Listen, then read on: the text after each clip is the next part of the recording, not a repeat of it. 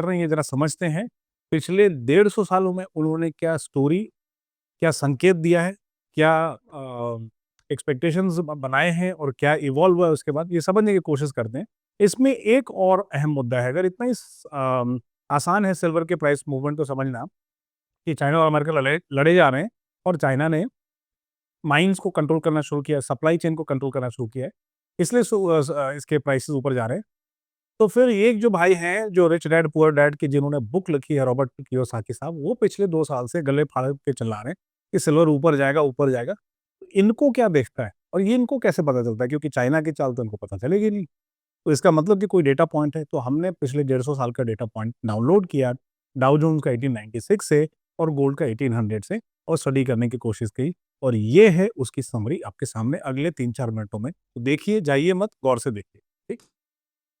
पहला silver cup को पूछला, तो एक पीरियड है 1914 से या 1915 से 1921 का, दूसरा है 1970 से 1980 के बीच में, काफ़ी वॉलेटाइल रहा। तीसरा है 2006 से 2008 का पीरियड है, और 2020, और भी बीच के इंटरमिटेंट पीरियड्स हैं, बट ये पीरियड बहुत इंपॉर्टेंट रहे, और इन सबको हम समराइज़ करेंगे लास्ट इसमें पॉइंटर में, या लास्ट वीडियो के टुवर्ड्स लास्ट पार्ट में। तो जाइए मत, देखते रहिए कि सिल्वर से हमें क्या सीखने का मौका मिला, ठीक है? अब 1866 है ना, इस टाइम पे क्या होता है, सिविल वॉर खत्म हो रहा है, लोगों का भरोसा गवर्नमेंट से, सरकार से और करेंसी दोनों से उठ चुका है, और इसका हेज जो है, हेजिंग टूल बनती है सिल्वर, ठीक है? पब्लिक ट्रस्ट कोलैप्स हो चुका था, याद। 1915 से 1921 वर्ल्ड वॉर, बहुत लड़ाइयाँ हो रही हैं, बहुत पैसे प्रिंट हो रहे हैं, क्योंकि लड़ाई के लिए पैसे लगते हैं। नेचुरली जब आप ज़्यादा करेंसी प्रिंट करोगे तो इन्फ्लेशन जाएगा। आपका आपकी जो ट्रस्ट आपकी गवर्नमेंट में, सरकारों में ओवरऑल और आपके करेंसी में कम होगी। सिल्वर के प्राइसेस ने रिस्पॉन्ड किया, सिल्वर के प्राइसेस बहुत इंक्रीज होते हैं, और जैसे ही इन्फ्लेशन कम होती है, जैसे ही वर्ल्ड वॉर सेटल होता है, उसके बाद सिल्वर के प्राइसेस गिरते हैं बहुत ही तेजी धड़ाम से, ठीक है? 1966 क्या होता है, इसको बोलते हैं coinage act of 1965। US government ने कहा कि भाई, अब जो आप डाइम्स और क्वार्टर्स जो आप यूज करते हो, 10 पैसे और चवन्नी जो आप 25 पैसा यूज करते हो, वो अब सिल्वर में नहीं होंगे। तो लोगों को लगता है डर कि हमारे करेंसी जो जो सिल्वर की जो सर्कुलेशन है वो खत्म हो जाएगी, और करेंसी की वैल्यू खत्म हो जाएगी, क्योंकि वो शायद अब कॉपर या तांबे में होगा, बनेगा। लोग इसको होल्ड करना शुरू करते हैं, public mistrust, silver prices shoot up, याद रखिए, ठीक है? अगेन ये करेंसी के सिस्टम में छेड़छाड़ से रिलेटेड है, या फिर इसमें रीसेट से रिलेटेड है, उसके कारण भाग जाता है 1967 में। 73-74 में वापस एक बार जो करेंसी सिस्टम है वो रीसेट होता है, ब्रेटन वुड्स सिस्टम खत्म होता है, अमेरिका ने हाथ खड़े कर दिए, बोले भाई हमने तो ज़रूरत से ज़्यादा प्रिंट कर दिया है करेंसी, गोल्ड तो उतना हमारे पास है नहीं, और फ्रेंच हो जाते हैं बिल्कुल भौचक्का, बिल्कुल हाय तौबा की स्थिति। अगेन इकोनॉमिक सिस्टम्स, गवर्नमेंट्स और उनकी पॉलिसी से भरोसा उड़ता है, वापस सिल्वर रिएक्ट करता है और शूट अप हो जाते हैं प्राइसेस। इस टाइम पे इन्फ्लेशन भी बहुत ज़्यादा था। 1979-1980, ठीक है, इस टाइम पर ईरान में होता है तख्ता पलट, एक सेकेंड ऑयल शॉक है, इस टाइम पे प्राइसेस हो जाते हैं 3 गुना, ऑयल के प्राइसेस हो जाते हैं 3 गुना, इन्फ्लेशन बहुत ज़्यादा, और उसके कारण फिर से रिएक्ट करता है सिल्वर, याद रखिएगा वर्ड इन्फ्लेशन, ठीक है? अब आगे बढ़ते हैं, आते हैं 1987, प्लाजा अकॉर्ड है, इस टाइम पर डेलिबरेटली यूएस के करेंसी को डिवैल्यू किया गया, सिल्वर करता है रिएक्ट, करेंसी से छेड़छाड़, और या करेंसी सिस्टम से छेड़छाड़, और उसके बाद प्राइसेस करते हैं, सिल्वर के प्राइसेस करते हैं रिएक्ट। फिर चलते हैं आगे, और आप देखेंगे 1993, ये एक अलग एक्सपेरिमेंट है, यहाँ पर लिक्विडिटी जो है बहुत बढ़ाई जाती है, और सिल्वर के प्राइसेस करते हैं रिएक्ट। जब बहुत ज़्यादा पैसा मार्केट में आता है, जिसको क्वांटिटेटिव ईजिंग भी बोलते हैं, तो उसके कारण सिल्वर के प्राइसेस और अदर कमोडिटी के प्राइसेस भी शूट अप होते हैं। यही आपने देखा 2020 में, याद रखिएगा वर्ड क्वांटिटेटिव ईजिंग, ठीक? अब हम चलते हैं 1997-98 की तरफ, एशियन फाइनेंशियल क्राइसिस, और ये स्प्रेड आउट होता है पूरे दुनिया में। इंडिया बच जाता है क्योंकि उस टाइम हम थोड़े से सेक्लूडेड टाइप के थे, उतने हम, हमारी इकोनॉमी ओपन नहीं हुई थी, ओपन हुई थी 1990s में, बट अभी उतने हम अलाइंड नहीं थे ग्लोबल मार्केट। सिस्टमिक शॉक है, करेंसी पे से ओरिजिनेट करता है, स्प्रेड होता है सब जगह, मार्केट रिएक्ट करता है, सिल्वर के प्राइसेस रिएक्ट करते हैं। इनफैक्ट याद रखिएगा, currency reset system, financial crisis, और हेज बनता है सिल्वर।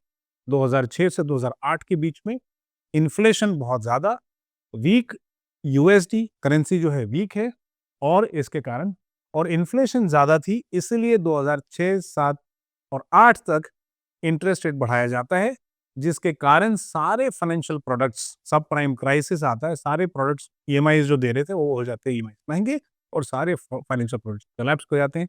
सब प्राइम मॉर्गेज जिसने भी अपनी औकात से ज़्यादा लोन लिया था, वो देने के काबिल नहीं होता। इन्फ्लेशन बढ़ता है, सिल्वर रिएक्ट करता है, फाइनेंशियल सिस्टम में, बैंकिंग सिस्टम में कॉन्फिडेंस हो जाता है शेक, और सिल्वर के प्राइसेस करते हैं शूट। 2008 में थोड़ा 2 फेज़ है, एक बार पहले ऊपर जाता है, फिर जब पैनिक मचता है, जब क्राइसिस हो जाती है, तो ये भी क्राइसिस गिर जाते हैं। तो रिस जब पैनिक है, ये फाइनेंशियल रिसेशन है, उसमें सिल्वर के प्राइसेस करेक्ट होते हैं। ये हमने 2020 में भी देखा है, तो वो देखेंगे। 2020 में भी सिमिलर फेज़ है, 2 फेजेज़ हैं। पहले सिल्वर के प्राइसेस गिरते हैं और फिर उसका क्वांटिटेटिव ईजिंग के बाद बढ़ते हैं। सिमिलर सिचुएशन है, 2 अलग रीज़न्स हैं, एक एसेट प्राइस का कोलैप्स है, दूसरा जो है कोविड के कारण पूरी इकोसिस्टम, पूरी इकोनॉमी बढ़ गया। 2011 में चलिए, यहाँ पर अलग है सॉवरेन डेट क्राइसिस। आपको याद होगा उन नेशंस को हम बुलाते थे पिग्स, यानी कि सूअर, है ना? पोर्चुगल, आयरलैंड, ग्रीस, स्पेन, इनमें होती क्राइसिस, डेट क्राइसिस, ये सारे ठप हो जाते हैं, सिल्वर करता है रिएक्ट। इस टाइम पे जो आपने देखा इस टाइम पे क्वांटिटेटिव ईजिंग भी होती है, ठीक है? और यूएस में डेट सीलिंग जो शटडाउन होता है ना, बार-बार डेट बढ़ाते जाते हैं, तो इन सब फैक्टर्स के कारण मार्केट करता है रिएक्ट। सिल्वर मतलब मार्केट, है ना? सिल्वर प्राइसेस करते हैं रिएक्ट, और उसके बाद सिल्वर प्राइसेस भाग जाता है। 2020 इनिशियली पैनिक, प्राइसेस गिरते हैं, ठीक? और उसके बाद कोलैप्स इन सिल्वर। लेकिन जब क्वांटिटेटिव ईजिंग आती है, जब मार्केट में होता है पैसा फ्लश, हेज फंड्स कूदते हैं, प्राइसेस होते हैं मैनिपुलेट, और प्राइसेस भागते हैं, ठीक? क्वांटिटेटिव ईजिंग हो रही है 2025 में, 2 बार इंटरेस्ट रेट कट किया गया है, और सिल्वर के प्राइसेस भाग गए हैं। एक रीजन है क्वांटिटेटिव ईजिंग, जियोपॉलिटिकल रीजन तो है ही, एक अनूठा मार्केट जो हमने 150 सालों में ऐसी लड़ाई शायद नहीं देखी हुई जियोपॉलिटिकल साइड में, क्योंकि तब सिर्फ अमेरिका और यूरोप था, दोनों सिंक में थे, बट अब इनका काउंटर पार्टी आ गया है, जो कि है चाइना, जो कि अब आर्म ट्विस्टिंग साथ में कर। 3 फैक्टर्स हैं, जब भी करेंसी में छेड़छाड़ होगी, जो कि 1866, 1915 से 20 के बीच में, 79, 80, 2011 और 20 में करेंसी का जब डिबेसमेंट हुआ इन्फ्लेशन के कारण, तो सिल्वर के प्राइसेस भागेंगे।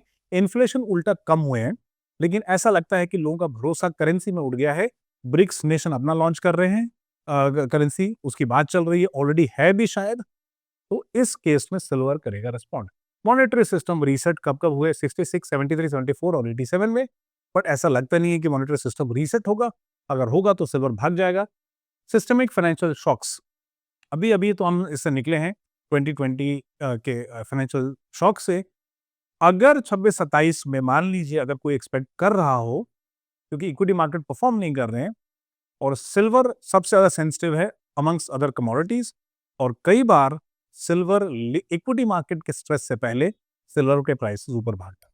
तो हो सकता है कि 26-27 में जो रिसेशन की बात कर रहे हो, वो फैक्टर, और करेंसी पे जो यूएस करेंसी पे जो खतरा है, या इसकी जो डिवैल्यूएशन की बात चल रही है, क्योंकि बहुत ज़्यादा इन्होंने लोन ले रखा है, GDP market cap to GDP ratio बहुत ज़्यादा है, और इनका जीडीपी जो डेट है, जीडीपी बहुत ज़्यादा, डेट टू जीडीपी भी बहुत ज़्यादा है। तो ये फैक्टर्स हो सकते हैं कि सिल्वर के प्राइसेस को ड्राइव कर रहे हैं, और इसलिए रिच डैड पुअर डैड के ऑथर रॉबर्ट कियोसाकी साहब ने बोला था कि सिल्वर खरीद के रख लो, क्योंकि जा सकता है। तो 150 साल की अपनी एनालिसिस देखी, रिग्रेशन भी देखा।